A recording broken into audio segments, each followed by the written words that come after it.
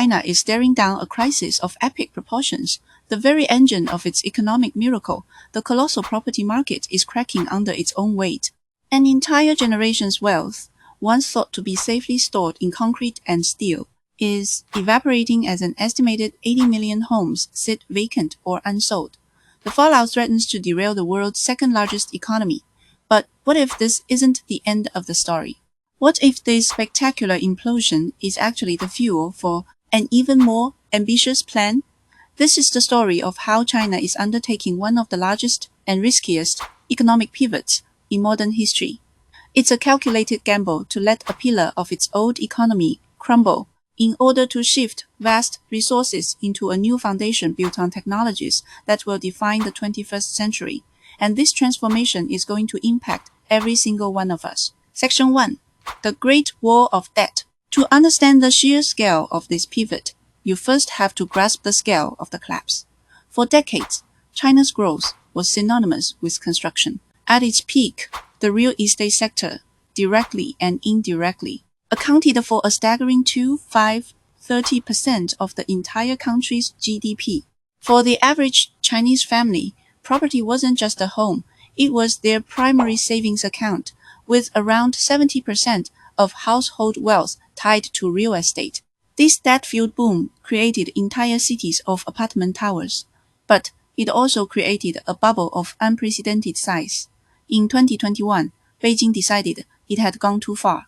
With the policy known as the 3 Red Lines, the government deliberately popped that bubble by restricting developers' access to new debt. The result?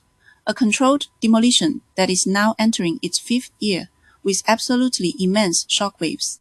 We've all heard the name Evergrande, the giant developer that defaulted, but it was just the first domino to fall. Since then, new home sales have plummeted, prices are in a freefall, and the crisis has wiped out an estimated 2 percentage points of annual GDP growth in recent years. Some economists predict that as many as 80% of property developers could exit the market as the industry contracts for good. Section 2. The domino effect. This crisis isn't contained within the property market. It has created a toxic ripple effect across the entire Chinese economy. For years, local governments relied on selling land to developers for as much as 40% of their revenue. With developers going bankrupt and land sales drying up, a slow-burning debt crisis is brewing in China's provinces, threatening their ability to pay for basic services. And this isn't just China's problem. The slump has crushed domestic confidence, leading to weak consumer spending and the risk of deflation. A prolonged Chinese slowdown means less demand for everything from German cars to Brazilian iron ore, sending shockwaves through global supply chains and financial markets. A meaningful recovery seems unlikely without a rebound in the job market and household income, which could take a very long time. The damage to the national psyche has been profound. For millions, the belief that real estate was a one-way bet to prosperity has been shattered. This crisis of confidence is perhaps the single biggest challenge facing Beijing. Section 3. The high-stakes pivot. But this isn't just a story of collapse. It's the beginning of a radical transformation. So, with its old growth engine sputtering, where does China place its bets now? The answer lies in a new mantra coming directly from President Xi Jinping: the development of new quality productive forces. This isn't just a slogan.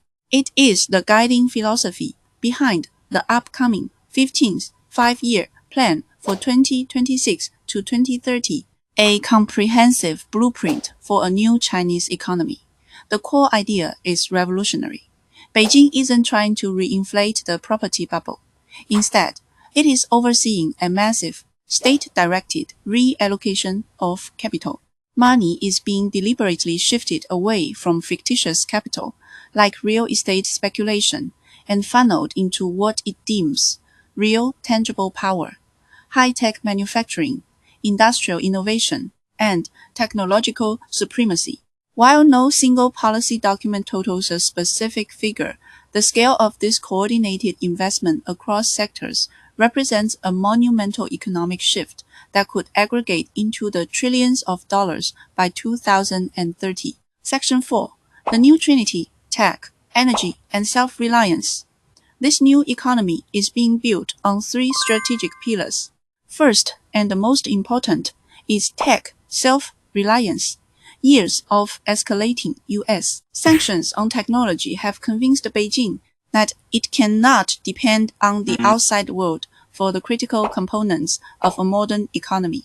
The goal is now whole supply chain autonomy in everything from semiconductors to artificial intelligence. The state is mobilizing immense resources to achieve this.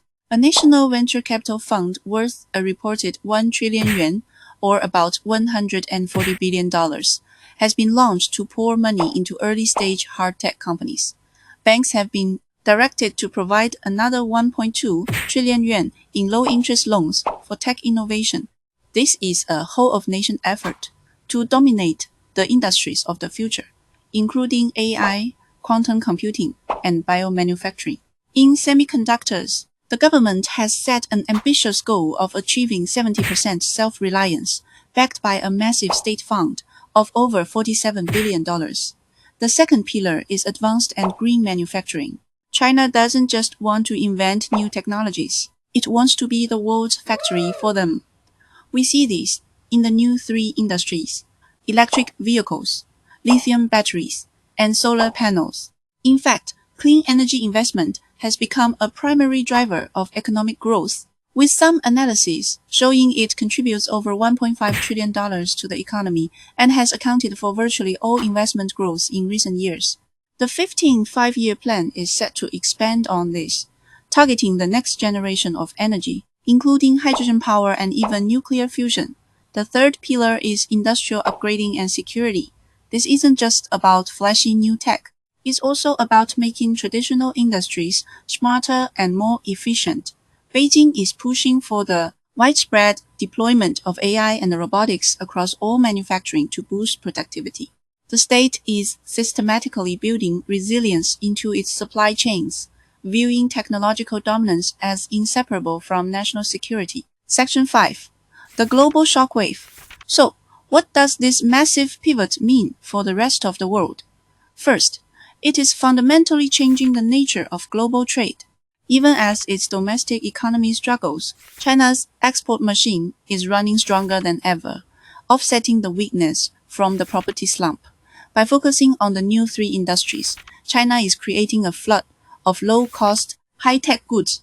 While this can lower prices for consumers worldwide, it is also creating immense pressure on manufacturers in Europe and the United States, sparking fears of a new trade war centered on green technology. Second, it is accelerating the global technology race.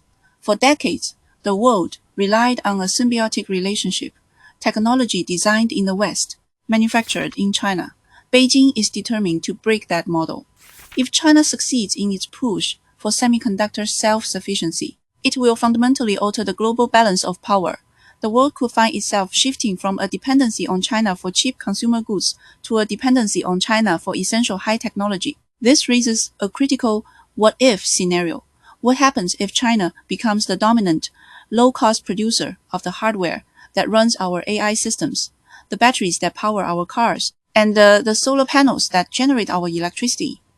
It would represent a profound shift in global influence, the great gamble. China is undertaking a breathtaking gamble. It is actively dismantling the property sector that once drove its growth and betting the house on a new, state-led, technology-focused model. This strategy is fraught with risk. By prioritizing supply-side investment over boosting domestic demand, Beijing risks creating industrial overcapacity and failing to address the weak consumer confidence that plagues its economy. Centralized, top-down planning could stifle the very innovation it aims to foster, leading to massive misallocations of capital. Success is not guaranteed, but the ambition is undeniable. Beijing is attempting to engineer an economic transition on a scale and at a speed that few nations have ever dared to try.